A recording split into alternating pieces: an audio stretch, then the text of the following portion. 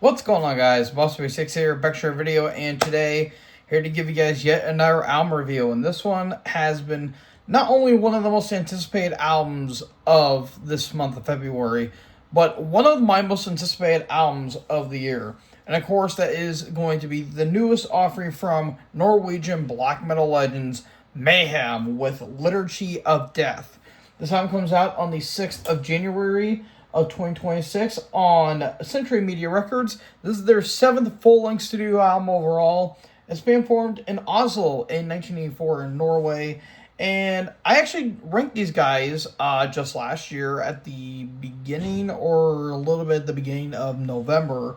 And TLDR, the darkest band in the history of metal, if not the history of music, because good fucking grief, you just look at what this band was doing before their debut album even happened. It's honestly insane that the fact that this band is actually still even going to this very day.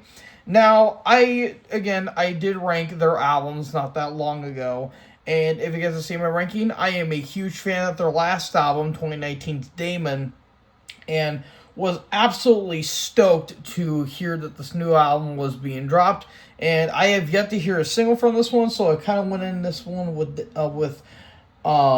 fresh ears. And let's get into it. We start off with the opening track, Ephemeral Eternity. I believe that's how you say that word. That actually features Garm and Over as well, and I believe Garm is doing some like chanting in the background here. Ambient noises that really sound like something out of like an 80s sci-fi movie, which I thought was a little weird. But you get some ambient noises, some eerie chants going on, and then I immediately get reminded of Damon, where it's just like this big, blasty, just sinister sounding song. And I would say this is probably their most dissonant and potentially their most evil sounding album. And that's kind of saying something, considering that this band has made some pretty evil albums, like De Mysterious was a little dark, and especially Chimera. But I think that this album is more dissonant, more evil sounding. A lot of immolation on this album that I kind of weirdly gathered on here, which I thought was a little interesting here. But the word of the day is dissonance. Like, this is a full-on dissonant album from start to finish. And you get a lot of dissonance throughout this entire album, but yeah, and Ephemeral Eternity has some like nice spoken word as well. And then got a little avant-garde-like towards the end of the song, at least in my personal opinion. So it kind of feels like that this album, in some ways, is kind of combining all of their album's previous sounds and combining it to one on this one. Because you get some moments of De Mysterious Dom Satanas, like on the song Aeon's End, with the more operatic-like vocals. But you also get some moments that kind of sound a little bit like Grand Declaration War, like Ephemeral Eternity, and you also get some more moments that really remind you of Chimera, a la like Funeral of Existence, Realm of Endless Misery, and especially the final track, the Sentence of Absolution. Then you actually get some moments that kind of remind you a little bit of Esoteric Warfare, like Despair, Weep for Nothing, and how do you say this word? Perpetuous Death. I believe that's how you say that word. You get some moments like that, but you also get a lot of moments that really remind you of Damon as well, especially on the first 4 tracks, in my opinion. So it kind of has that big conglomeration of all those styles and those sounds that they're going for, but also really does combine, what I think they're going to be going for. Because again, there's some more like death metal like stuff on this album, especially on the second track, Despair.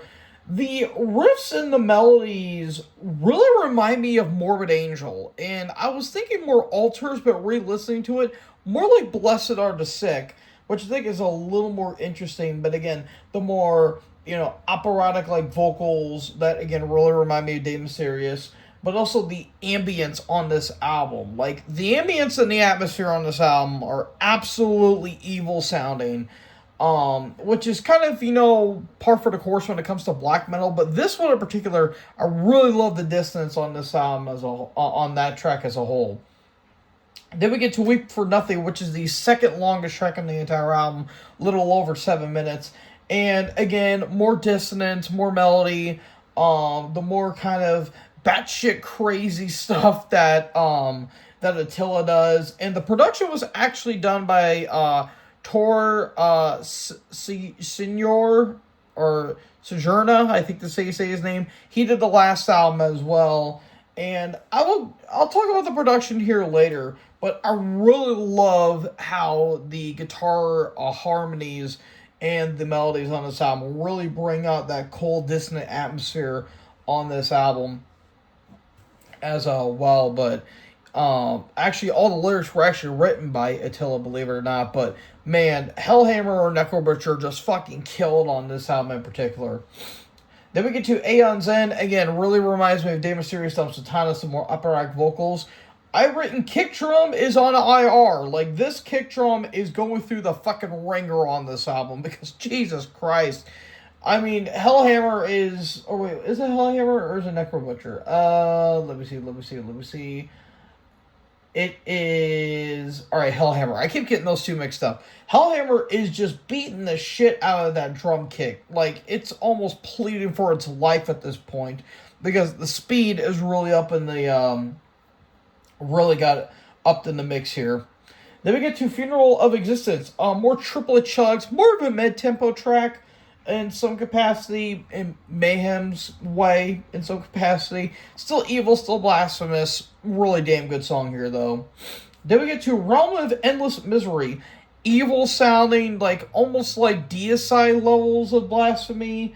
Again, the dissonance is really back up here. Nice bass line in the middle. I really love the bass work when it pops up on this album, which I believe was done by Hellhammer, I believe.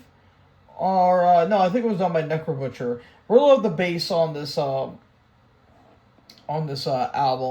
I really, really, really dig that.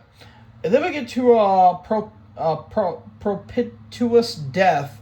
More fast tremolos, more blast beats. It's almost death metal like speed. Again, kind of Morbid Angel like speed, like Pete Sandoval like kicking, which I think is really, really, really nice.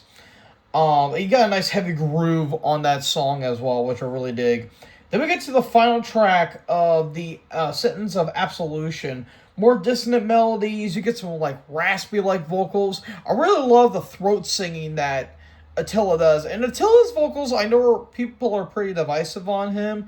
I'm more so of a fan of I think Maniac. I think that's what he is. The guy that did Chimera. I like his vocals a little bit more in my opinion, but Attila, he's got his own vocal style. Yeah, okay, it was Maniac. Just wanted to make sure really quickly there. But yeah, the more throat singing on this album, I really, really, really dig for Attila's vocals. It's evil, dark, cold, nice kind of croaking like vocals that kind of in a way sound a little bit like a moth in some capacity, but in their own style. And then at the end of the song, you get these like kind of tribal like percussion in a way where it kind of sounds a little bit like Soulfly to a lesser extent in terms of the tribal percussion, but yeah, it really ends the song off really well. Now, the bonus, when you get the limited edition, you get the bonus CD, which I can't remember, something about life bringing you back a corpse or something like that. Hold on, let me check out what the bonus track was really quickly, because it just popped up right when I was done listening to it. Life is a Corpse You Drag, that's what the song is called. I actually really love that song in particular. I really, really, really, really dig this one in particular. And yeah, I think this is a really damn good album. Isn't as good as Damon. Not my personal opinion, but it's on par with Damon, if you ask me. I will say I do like Chimera a little bit more. So if I were to re-rank this would have been my number 4. But this is still a fantastic album in its own right, in my personal opinion. If I do have to have one gripe with this album, there are times where maybe some of the songs do kind of blend together, or at least in my personal opinion. And also, sometimes the guitars can get a little bit buried in the mix, but it didn't really bother me to the point where it's like, Jesus Christ, just beef up the guitars a little bit. But, yeah, overall, I dig the shit out of this album. I'm going to give this a 4 for right now. Maybe if I listen to it again, it might go up a little bit in my, if I were to do the ranking. When it comes to albums of the year. But yeah, this was a damn good album. I was really, really, really happy that this album turned out as great as it was. Again, probably their most sinister sounding album, which, hey, I'm all for. But yeah, this is just some fantastic old school black metal with, with a little bit of a modern production to it. And these guys are still fucking killing it. And who knows, maybe this might be their final album. Who knows? And if this is their final album, they went out with a bang, in my personal opinion. So 4 stars for me. So, folks, that is going to be my review of Liturgy of Death by Mayhem. What do you guys think about this album? Let me know in the comment section below. Make sure you guys leave a like, leave a comment, tap the bigger subscribe button, and tap the bell so when I upload, you guys will be notified. Thank you guys so much for watching this video. Most importantly, join the herd. Talk to you guys next video. Peace out.